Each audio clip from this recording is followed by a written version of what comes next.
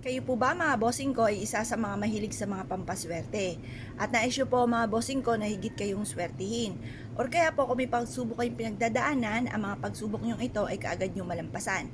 Unahin po muna natin mga bossing ko ang mga pagsubok. Para mawala na yung mga pagsubok na yan, malampasan na po natin yan, mag-goodbye na kayo sa problema, subukan nyo po ito. Isulat niyo po ang inyong pong tunay na pangalan at ipilito. Mas mainam, nakaharap ka po mga bossing ko sa may gawing silangan. Sa silangan kayo harap ng 6:30 or kaya po ay alas 7. At ibibilad natin to hanggang alas 8 ng umaga. Pagkatapos halimbawa po ang problema po ninyo ay marami kayong mga pagkakautang. Number 1, mababayaran ko na. Mababayaran ko na lahat ng aking mga utang. Yan. Tapos number 2, gagaling. Gagaling na ako sa aking mga karamdaman. Karamdaman. Number 3, magiging mabait. Halimbawa, ang inyong karelasyon ay pasaway. Magiging mabait na ang aking karelasyon. Magiging mabait na ang aking mga anak. Ayan, halimbawa, suot natin. Magiging mabait na ang aking karelasyon. At magiging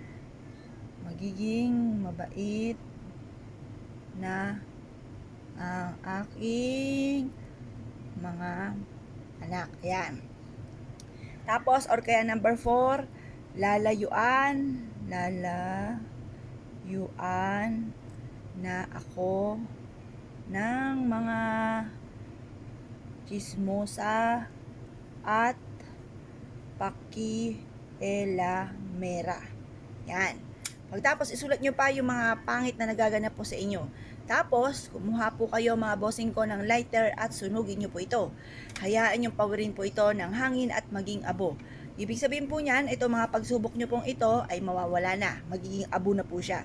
Pagtapos, kumuha po kayo ulit ng panibagong papel. Ngayon, ang isusulat nyo po dito, mga pangarap ninyo. Magkaroon ako ng sariling bahay, magkaroon ako ng sariling sasakyan, magkaroon ako ng negosyo na dito na ako yayaman. Ayan, lahat ng mga gusto po ninyo ay isusulat nyo po dito. Pagkatapos, mga bossing ko, tutupiin nyo po ito at ito po ay isisiksik ninyo sa mataas na lugar na sa gawing silangan. Mas mainam mga bossing ko, painitan nyo muna ito sa sinag po ng araw ng hanggang alas 8 ng umaga. Makalipas sa alas 8 ng umaga, ilagay nyo na po ito at tupiin sa may mataas na lugar po ninyo mga bossing. Halimbawa, ito, sulat nyo po muli ang inyong tunay na pangalan. Magtapos, sulat nyo po dito, magkakaroon ako ng sariling malaking bahay. Yan, ganyan. Tapos, number 2, magkakaroon ako ng negosyo na dito na ako yayaman. Yan. Tapos, i-wish nyo na lahat ng gusto po ninyo. Yung isa, yung mga wishes na mga nagaganap sa inyo na pangit, susunugin. Ito naman, tutupiin at isisipit sa mataas na lugar mga bossing. Mas mainam na sikreto nyo lamang po ito dahil kapag may nakakaalam, lalo-lalo na at bagong gawa nyo pa lamang, maaaring makaingitan ka kagad, baka sabihin na, naku, baka nga yumaman ito. Manalangin sa inyo ng masama, kontrahin yung mga ginagawa po ninyo. Kaya mas mainam, sikreto lamang po ito kapag gumawa kayo ng ganito mga pamamaraan.